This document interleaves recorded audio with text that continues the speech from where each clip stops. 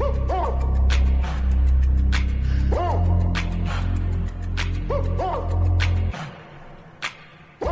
comes and goes. We're out here chasing a feeling. Hello, everyone. Welcome to Feels Out Loud, brought to you by Becoming Together Therapy and Wellness. This is your host, Tara Martini, along with Becky McNattin. We are glad to have you listening as we live and share stories of mental health. You and I, Tara, get excited, I think, for every show we have. We talk about it every week. Yep. But today is specific because you and I love to talk about strategies and life integration. Well, it's my favorite part of every show. It is your favorite. And today we have an entire show dedicated to talking about applying the concept of boundaries to our everyday life. So last week we talked about what boundaries are and what they aren't. Mm-hmm. We talked about myths. So now that we have processed more fully what boundaries look like and how to conceptualize them, we can really think through how to set them. And a huge welcome to Robin Melville and Amanda Sullivan for joining us again this week on how to do this. So glad to have you two here. Thanks. Thank you.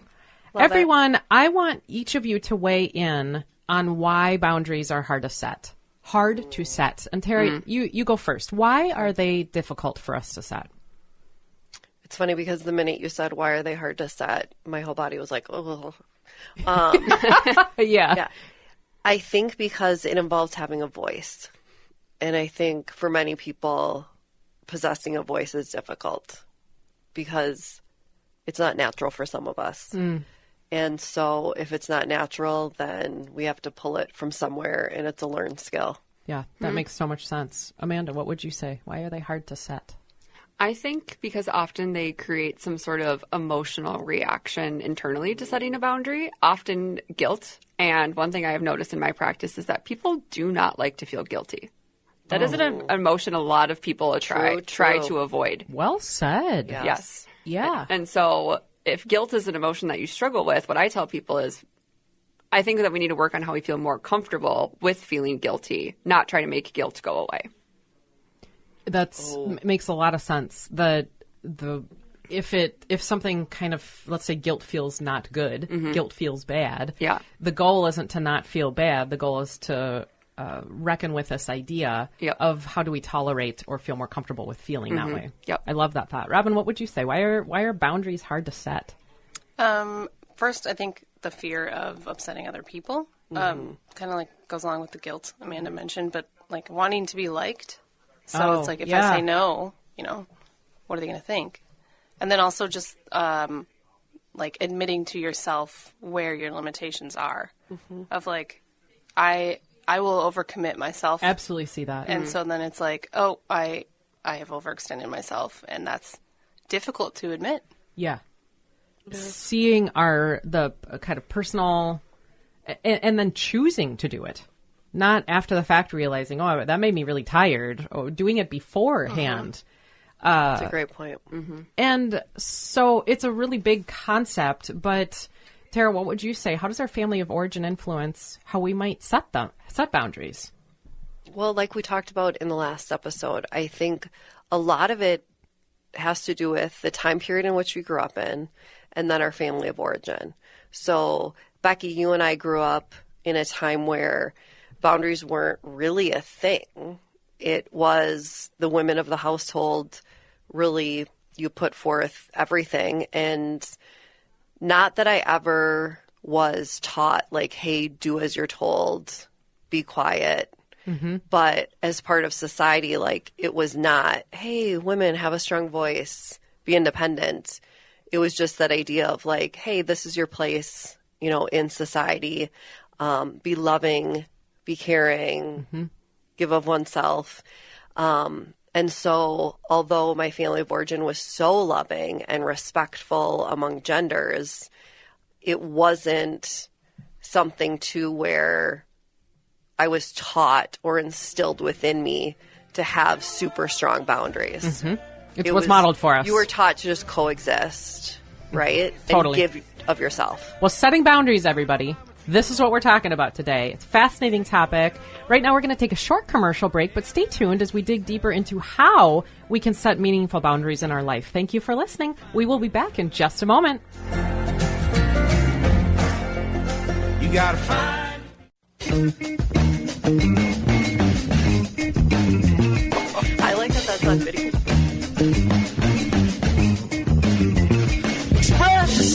Welcome back to Feels Out Loud, brought to you by Becoming Together Therapy and Wellness. I'm Tara Martini with Becky McNattin. Let's dive right back into our discussion.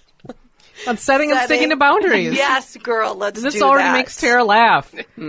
I really love this discussion, everyone, because so much within the concept of boundaries is beyond what they are.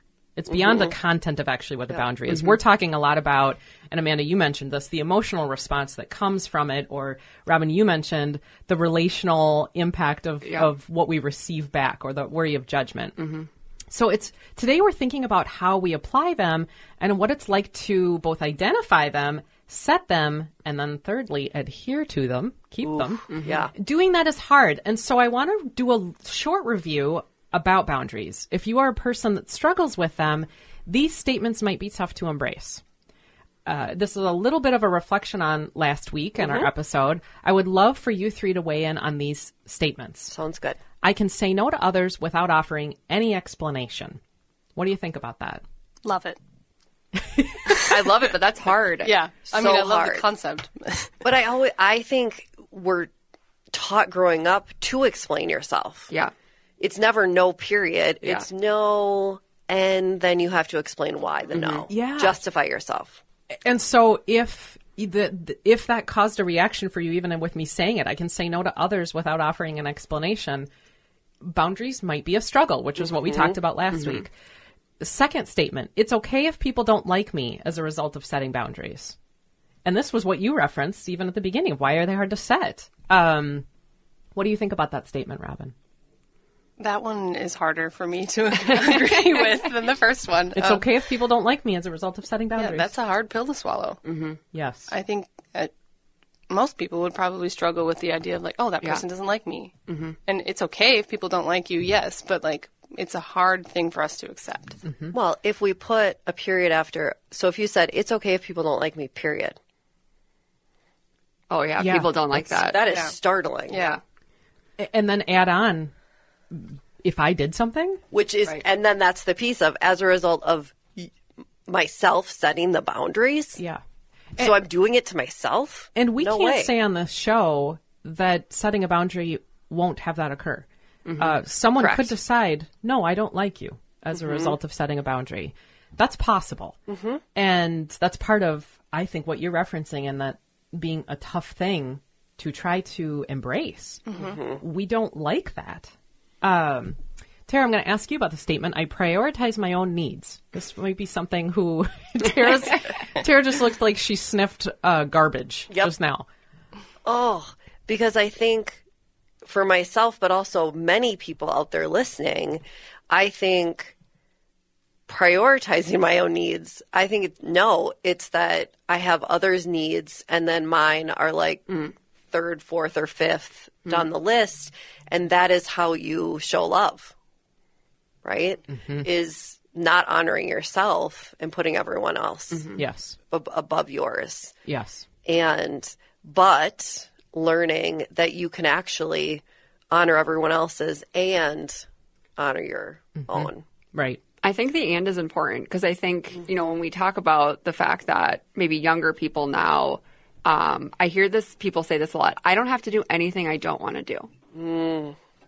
That's a bold statement. And I think that unfortunately, maybe there are, again, because of what we talked about last Good episode point. with social media and not enough nuance to these conversations. That is true in some situations. Like, yes, from a physical perspective, you should never have to engage in something physically that you don't want to. But in relationships, there has to be compromise. Absolutely. So it's the both and of I prioritize my own needs, and sometimes I think about what other people need. And I think there's just this huge pendulum swing from like what you're saying about your generation to maybe how some people are focusing on boundaries now. And we do have to sometimes do things that we don't want to. There's limits to that, of course. We do. And how this Absolutely. conversation around boundaries is so different, maybe based on your age or based on kind of what you have seen as boundaries be kind of portrayed as in the media. That's a really I think good that point. also connects to, like last week we mentioned how values determine boundaries. And so it's like, yeah, you don't have to do anything you don't want to do, but what are your values? Because Right. if it's this relationship, and you might need to adjust. Yeah. Yep.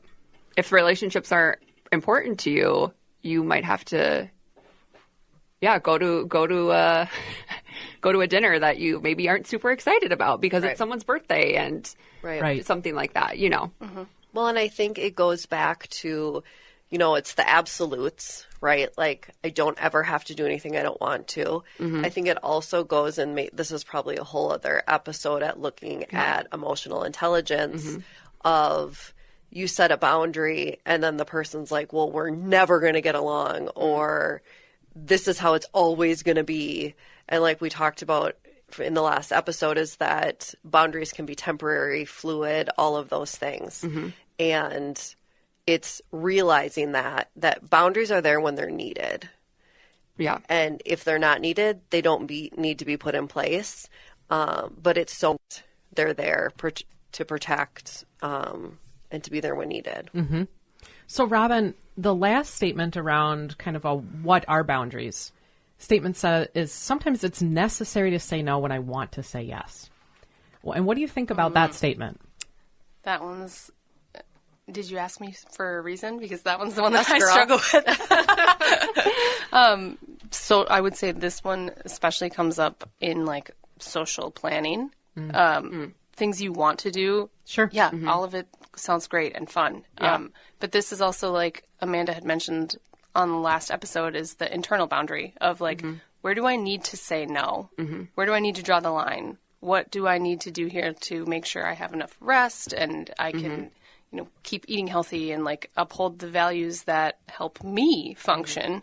I can be someone that says yes when something sounds fun and exciting, and that if you do that too much, you can really easily head down the path of burnout. Well, and I know we're going to talk more about types of boundaries, but I think specifically this one with some situations with clients about like finances and money. And sometimes we want to do things that sound really fun, but from a financial perspective, like let's say someone wants to go on a trip. Yep. Do I have the financial capacity to do that? And so sometimes it is necessary to say no when I really want to say yes. Like what Robin says, that sounds fun, but for whatever reason, whether it's rest or money or other commitments, we have to say no. Yeah, great point. So what would you say then, Amanda, are some types of boundaries? You mentioned financial. Yeah, so the ones that I think of are financial, which obviously has to do with how we're spending our money and making money, things like that. Emotional, so what am I willing to share or offer of myself? How vulnerable am I willing to be with you? How do I engage in conflict with you? Physical boundaries, which has a lot to do with physical touch, intimacy in relationships, those sorts of things. And then I think the other one is time. And I think time is one of the biggest ones that I talk with people about, is how am I spending time? Time is so finite. And how am I kind of deciding where my time needs to go?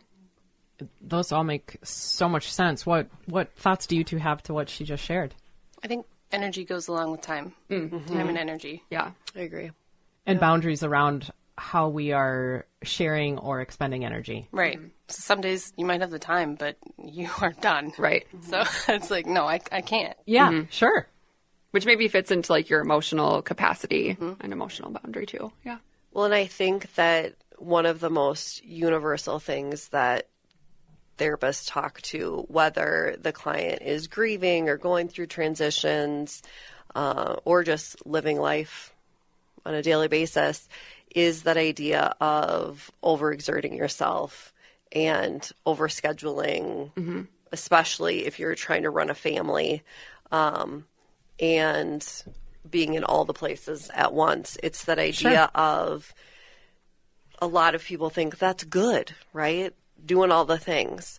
But it's that idea of setting boundaries, and so that you are more present and aware. And the more you can do that, the more balance you're going to have and the more joy you're going to get from all the things. And so it's just so important. Like we said in the last episode, I think all of us use the word boundaries. I mean, if we kept a tally of how many times we say it in the office every day, because it is so important in every facet of our lives, whether it's business or personal. It's just... Well, as we just said, it could be emotional, it could be physical, it could be financial, it could be time, it could be energy, all sorts of things. And in our line of work, we use words like rigid. Sometimes we use the words porous around boundaries, and that would mean something more adaptive or flexible. And so as you think about all of those words we use as clinicians, what are the pros and cons of porous boundaries or rigid boundaries? Both of them. Yeah. Amanda, you look like you have thoughts. Well, I always have thoughts. That's good. With rigid boundaries, kind of how I think about it is if you have a lot of rigid boundaries around like I'm always going to spend my time doing this and not doing this thing, is you might get a lot of like those internal needs met. So I might feel really good physically because I'm making a point to go to the gym every day. However, if I'm not engaging in social relationships because I'm becoming very rigid about my going to the gym, Right. I might feel that my relationships start to like take that they're not as the quality of my relationships changes because I'm also not prioritizing those or being flexible on the boundaries around how I'm spending my time. Some aspects of your life might be missing out. Yep. And as a result, too, one of the things I was thinking about as you were speaking about, if you use the gym example and you're very rigid in your boundaries that you've set, is you may lose opportunities of, things, surprises that may happen, right? Unplanned things, beautiful things that would happen if they weren't so rigid. I think rigid has a negative connotation in it that where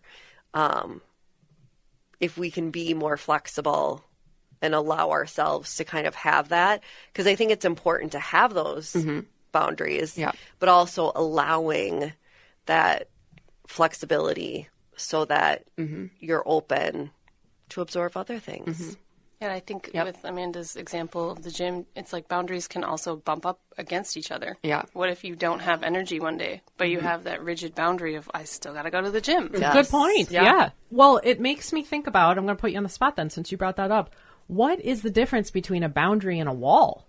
Well, I think boundaries, a healthy boundary is one that can be flexible to the context. Opposite of rigid, then. Right, yeah. Being able to understand, like, the value behind the boundary, I think helps determine, like, can help you determine where it can flex and where it needs to remain rigid. And a wall, I think, is just pretty immovable. That's kind of like, this is a decision and it's staying this way. Sounds kind of like a non-negotiable.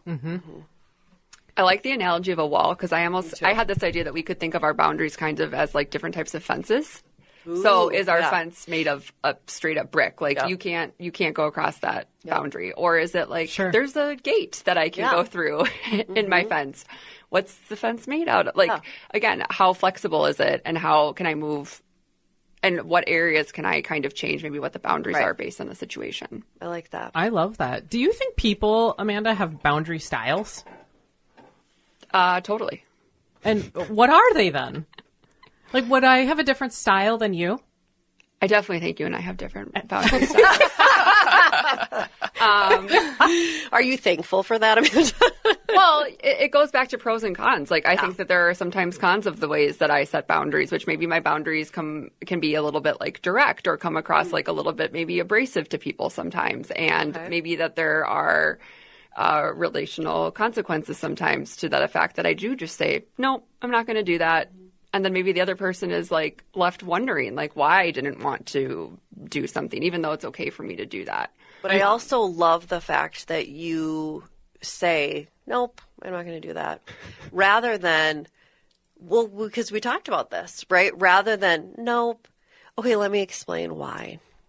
Well, Because you don't have to. Right. I don't have to, but sometimes the person or the situation also does warrant, I think, an explanation. Again, if it's my friend's birthday and they want me to come out to dinner, Right. I'm not just going to be like, no, I'm not coming to your birthday dinner. Like, I do feel like maybe I owe it to someone who's really important in my life to say, I actually have another commitment that night, or the place we're going for dinner, unfortunately, just like, I can't afford right now. It's not in my budget. Or I have kids that I'm not able to get a sitter for, XYZ, because I want that person to still feel valued, and I maybe want to find another way to connect with them and celebrate their birthday. That's a great point. I hear you saying boundary styles might be inferred or impacted by our personality types. Totally. A boundary style is the modality in which we might be sharing or setting boundaries.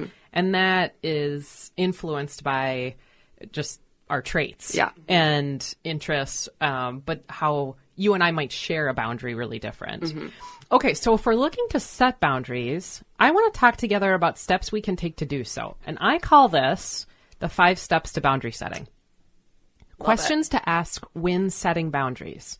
So these are 5 things that I'm going to ask you all about what your thoughts are. And listeners, think about these 5 steps when you're setting, even recently when you've set boundaries, but certainly when you think about setting boundaries going forward. First, what is the context? Just think about what's happening around you. 2, ask yourself, what am I feeling right now?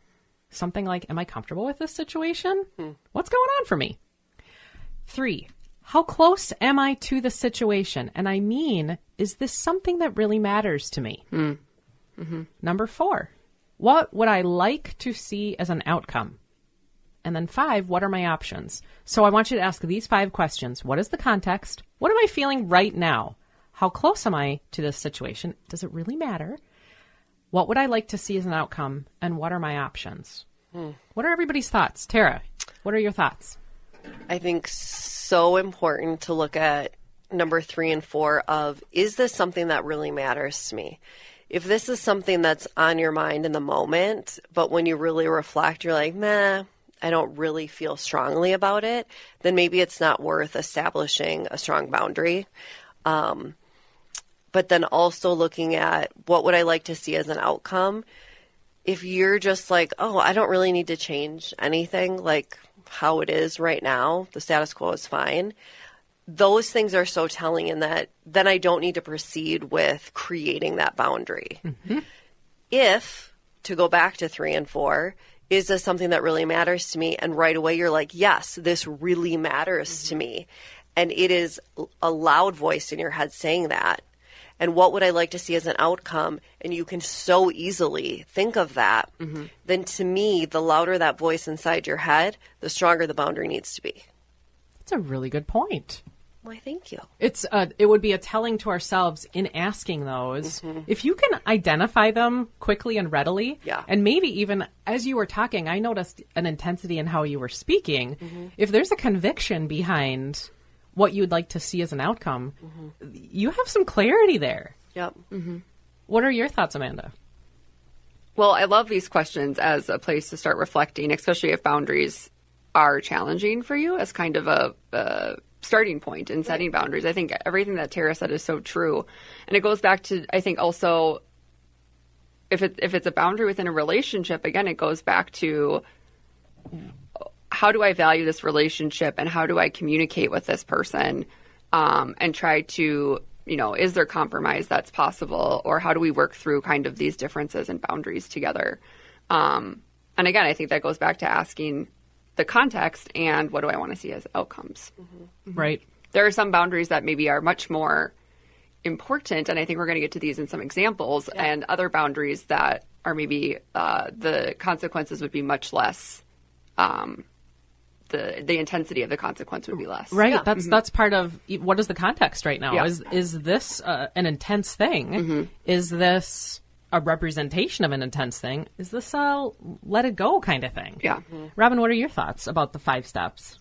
I actually gravitated towards number 2. Checking What in am I on- feeling right now? Yeah.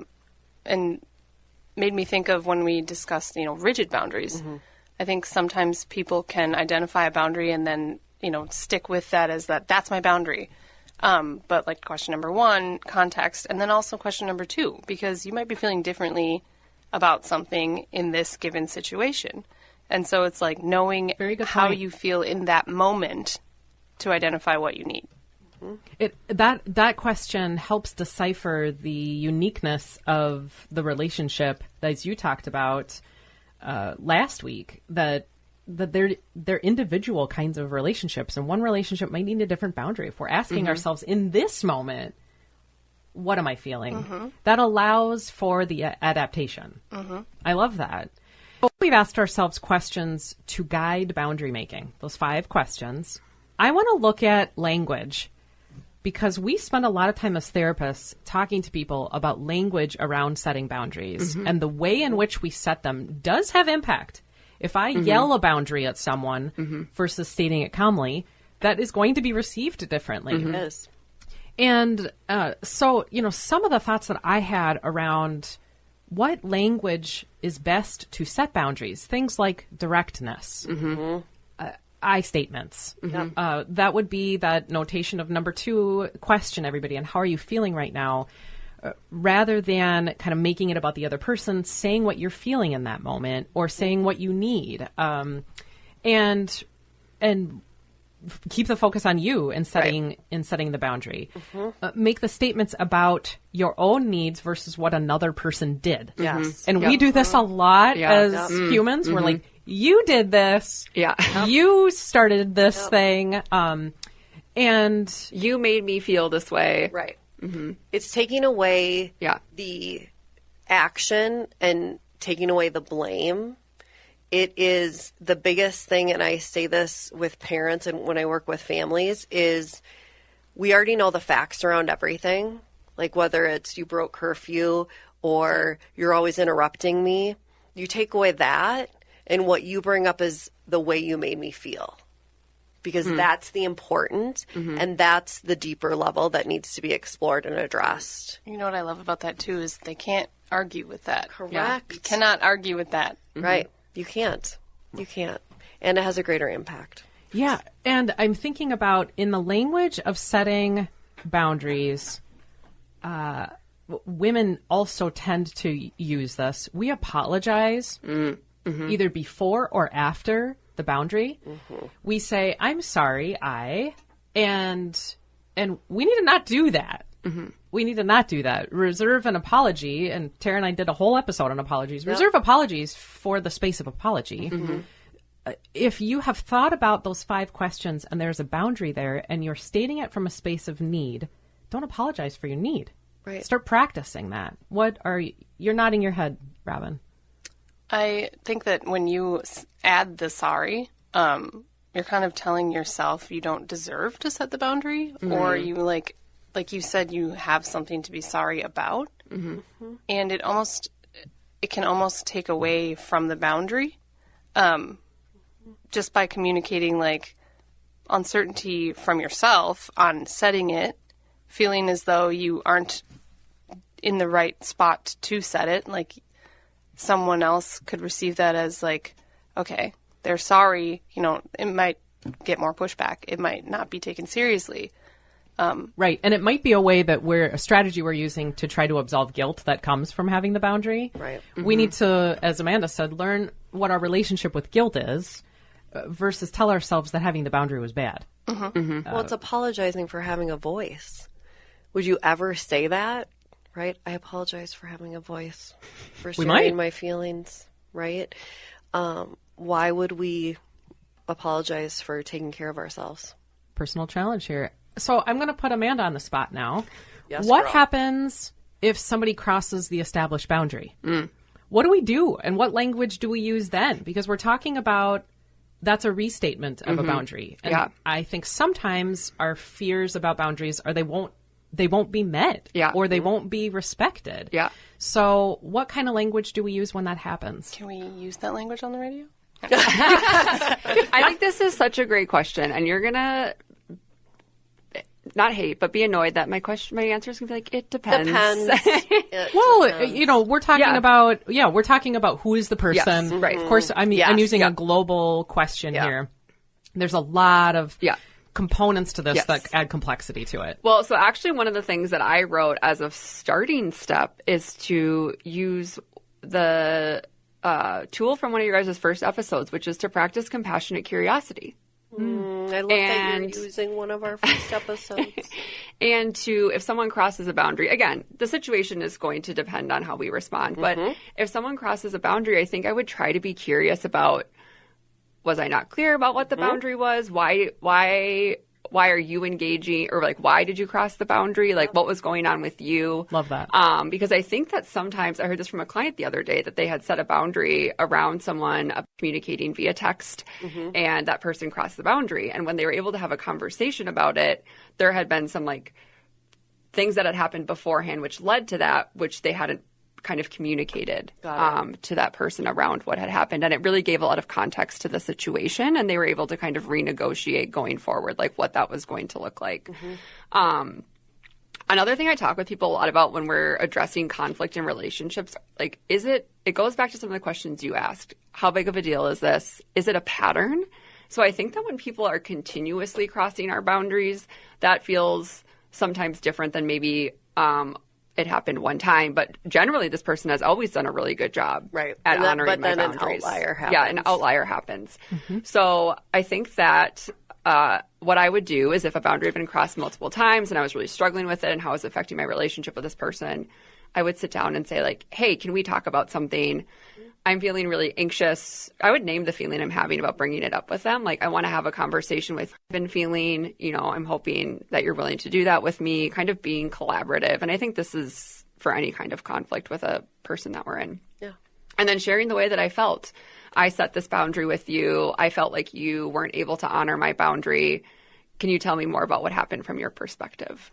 I love all of that. And it makes me think about several things on approaching initially even ourselves with that kind of curiosity and what's going on for me, but then how to reiterate that. I want to take exactly what you just said and apply it to some scenarios, because these boundary sort of violations happen all the time. Totally. And you mentioned pattern, but I want to give some examples and ask you three how you would set a boundary or reiterate the boundary violation. What words might you use?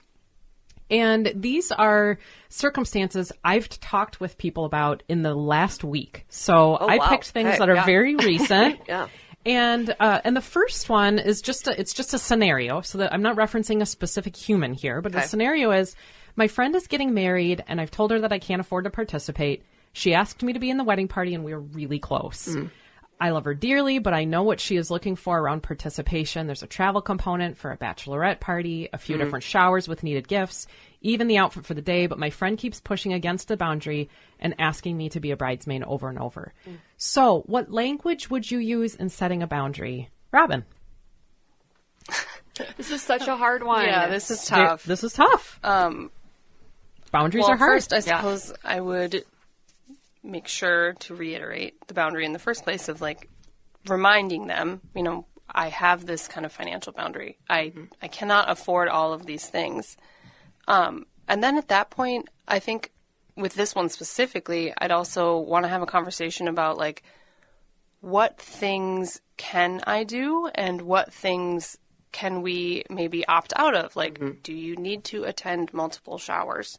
Can I find a different dress? And that's kind of like working on where the boundary needs to fall between the both of them, since they're both involved and they, clearly have a positive relationship that they would want to keep.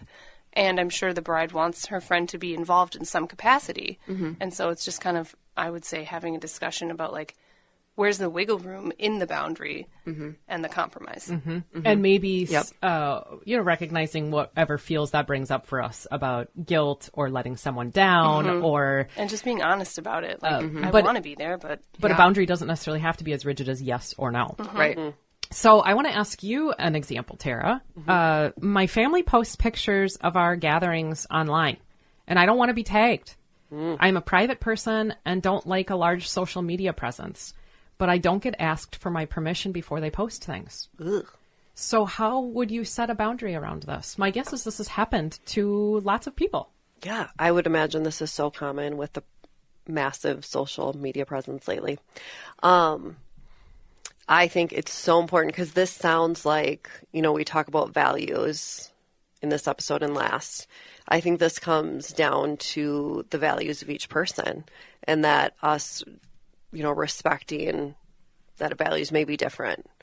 And for one person who loves to share their families in a very public way, that is wonderful, but not everyone feels that way. And I think it's important not to assume and to respect the boundaries of other people. At the same time, it could be simply being that that other person assumed you'd be okay with it. So it's important to have that voice without judgment in saying, you know, I respect the idea that you love to post and all those things, but my family is more private. And so moving forward, I would appreciate if you could just not post my family. And I think that is, you're not accusing the family of anything. You're not blaming, because to me, there's a lack of judgment then if you say it that way, because you can acknowledge differences Sure. Without judgment. But it's also important enough to where making a direct statement of, you know, moving forward, or even now, could you please take down the pictures of my family? Yeah, well said. And in the future, not post. And your example of language gives some, as we said just a few minutes ago, being direct, being clear, using an I statement, focusing on the feelings that you have about the experience, nothing about keeping the focus on what your needs are. Right. Yep. And stating that. And if this were a pattern that comes up, you then get to practice what Amanda talked about, some curiosity around, tell me more about why you're posting these still. I had asked for you to not. Being curious, but the recognition that everyone gets to have different values too. That so much of what is at play in the setting them is value systems. Right. And even if they're family, in our families, we might have very different values from people who are in a family with us. And we don't have to understand someone else's, but we have to respect and like acknowledge that they could be different. Yeah. So Amanda, I want to give you a scenario. Okay. A boss asks their employee to be on call 24 hours a day for projects, and a person is being considered for a promotion and wants to seem like a team player. So they really want to show up for this stuff, but they're exhausted with 2 a.m. texts for things to be completed for the next day. So what might they do to set a boundary? This is a great one. And I have like an internal, like my chest gets tight hearing this because I'm like, this sounds like a very, what I would deem unhealthy work environment. I don't think that anyone should be asked to be on call 24 hours a day. The solution is you quit. Yeah, that's what I was thinking too. There's that boundary. Right. But again, if you want to set the boundary. And also this scenario, they might love what they're doing. Right. This might be something very exciting. Right. That's a good point. And in part, I included in the scenario, sometimes we get asked to do things we really love. We talked about in our last episode around needing to say no when we really want to say yes. Well, and sometimes things we love can also have detrimental impacts to us. Yes. Like I think valid. There's definitely been times in my life where it's like I loved working, but the amount that I was working was not benefiting my mental health. And so I think that it's great that this person would be attuned to the fact that they're exhausted. I think I would, of course, try to sit down with my boss and just say, here's what I'm experiencing. And similar to the other kind of example of maybe inquiring about why 2 a.m. texts are necessary, and saying, can I respond to these texts, when I am awake at, 7 or 8 a.m.? Is that okay? Would that be, again, context of what the work environment is would matter a lot. Maybe sharing with your boss if you feel comfortable being emotionally vulnerable and sharing how it's impacting you and just saying, because I'm up answering texts all day, don't feel like I'm rested and able to do my job well the next day. Where can we, kind of compromise on like what this project needs and how can we make sure that I'm showing up the best I can to be able to meet the needs of my job? I think if that person doesn't want to quit. If they don't want to quit. I was going to say boundaries in the workplace is a topic that comes up a lot with clients. And it's like, well, I can't do that because I'm, afraid of losing my job or there's going to be punishment. Yes. And so I think that's also where values need to come into play of like, what's more important here? Do you love the job? Where are you willing to sacrifice? Or do you need to walk away? And how willing are the people that you work with on working with you? If you have a boss who would come back and be very rigid about like, this is the expectation. Yeah. Sometimes we have to make hard decisions about things, and whether or not it helps is fun now isn't necessarily what's best for us long term. Great point. Well said. So much to think about here. We are going to head to a commercial break right now, but when we come back, we're going to talk through listener questions around setting meaningful boundaries. Feels Out Loud will process your questions and thoughts in just a moment. Then you'll find yourself. You gotta find the people.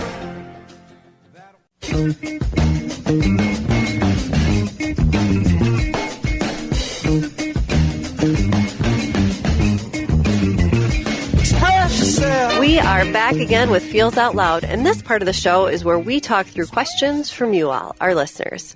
If you have a question related to mental wellness, sharing feelings, or topics for each week that you would like us to process through, please visit our website at becomingtogethermn.com and find the Feels Out Loud page to submit a question directly, or email us at contact@becomingtogethermn.com.